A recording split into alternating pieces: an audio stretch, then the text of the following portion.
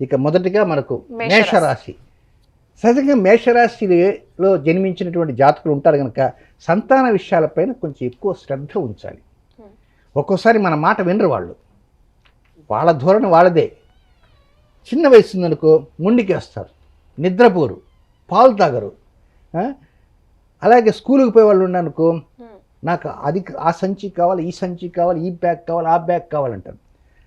సరే కొంతవరకు డిగ్రీ చదివే వాళ్ళు ఉన్నారనుకో, నాకు ఈ కాలేజ్ వద్దు, ఆ కాలేజ్ వద్దండి. అదే వివాహమైన వాళ్ళు ఉన్నారనుకో, డాడీ నువ్వు తెచ్చే అబ్బాయిని నచ్చడు, నాకు అక్కర్లే, నాకు వేరే అబ్బాయిని ఇష్టం. అంటే వాళ్ళు అడిగేటువంటి ప్రశ్నలకి మన దగ్గర సమాధానం ఉండవు. కనుక ఈ విషయాల్లో you must have to take utmost care, చాలా ఎక్కువ జాగ్రత్త తీసుకోవాలి. ఇది మొదటిది. రెండవది లాభస్థానం. లాభం అనగానే డబ్బు అనుకుంటారు. కేవలం డబ్బే కాదు, మనం ఒక పని కోసం వెళ్తాము. ఏమండి ఆ పని వెళ్ళిందా, ఏం లాభం అండి, ఎత్తుభారం ఏం కాలేదండి అంటారు. తిరుపతి పోతారు, వెంకటేశ్వరం దర్శించుకుంటారు, గుండు కొట్టించుకుంటారు, లడ్డు తెచ్చుకుంటారు, తింటారు. ఏమండి సుబ్బారావు గారు తిరుపతి ప్రయాణం ఎలా ఉందంటే, ఏం లాభం అండి, దేవుని దర్శనం చేసుకొచ్చింది, ఏం లాభం, ఈ ఏమి లాభం అనేటువంటిది దేనికైనా వర్తించుకోవచ్చు. దేనికైనా ఏమనండి, మంచి భోజనం కోసం ఆ హోటల్కి వెళ్ళానండి, ఏమి లాభం అండి, అబ్బా ఉడకలేదండి, తృప్తి ఉండదు. కనుక ఈచ్ అండ్ ఎవ్రీ ఆస్పెక్ట్లో లాభం అనేది ఏదైతే ఉంటుందో ఆ లాభస్థానంలోనే కొంచెం ఇబ్బందులు ఉన్నాయి. కనుక కొంచెం వాస్తవంగా ప్రతి మెడ మీద తలకాయ ఉన్నటువంటి ప్రతి వ్యక్తికి మనం ముందు హాఫ్ అన్ అవర్లో 1 అవర్లో చెప్పుకున్నాం, ప్రతి సంవత్సరం 180 రోజుల పాటు సమస్యలు అంటూ వస్తుంటాయి. దేనికి వస్తాయి?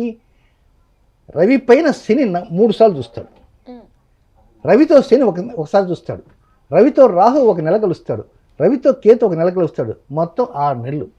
ఇవి ఎప్పుడెప్పుడు కలుస్తారు ఏమిటి? వాస్తవం ఇవన్నీ చెప్పిన కారణంగా, వాళ్ళు కలిసిన కారణంగా, చూసిన కారణంగా మన బలం, అదృష్ట బలం అనేది కొద్దిగా తగ్గుతూ ఉంటుంది. దీన్ని పితృదోషాలు. పితృదోషాలంగానే ఆ పైన ఎవరు చనిపోయినా నుంచి పట్టుకుంటాను కాదు.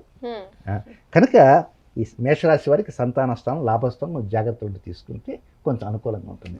గురుగారు వృషభ రాశి గురించి మాట్లాడుకుందాం. ఇక వృషభ రాశి సింహ సంక్రమణ సందర్భంగా వారికి ఎలా ఉంటుంది వెయిట్ చేస్తుంటారు. ముఖ్యంగా ఉద్యోగం చేసేవారు, వ్యాపారం చేసేవారు, కాంట్రాక్ట్ పనులు చేసేవారు, వారు మాత్రం వారి విషయాల్లో జాగ్రత్తగా ఉండాలి. తొందరపడి ఉద్యోగంలో పై అధికారి అన్నారని చెప్పి అలిగిపోయి రాజీనామా ఇవ్వటము ఇలాంటివి చేస్తుంటారు. అలాంటి చేయొద్దు.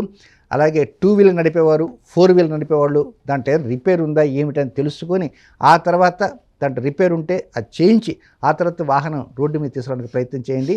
ఇది ముఖ్య జాగ్రత్త. ఇది దీనితో పాటు మరొకటి ఏంటంటే ఆరోగ్య విషయాలకు కొంచెం శ్రద్ధ ఎక్కువ చూసుకోండి. Next life administration. రేపు పొద్దున ఇన్ని గంటల నుంచి ఇన్ని గంటల దాకా ఈ పని, ఆ తర్వాత ఈ పని, మీ టైం టేబుల్ ఒక మెథాడికల్గా టైం టేబుల్ వేసుకుంటారు కదా, ఆ టైం టేబుల్ కొంచెం గతి తప్పేటువంటి అవకాశాలు ఉంటాయి.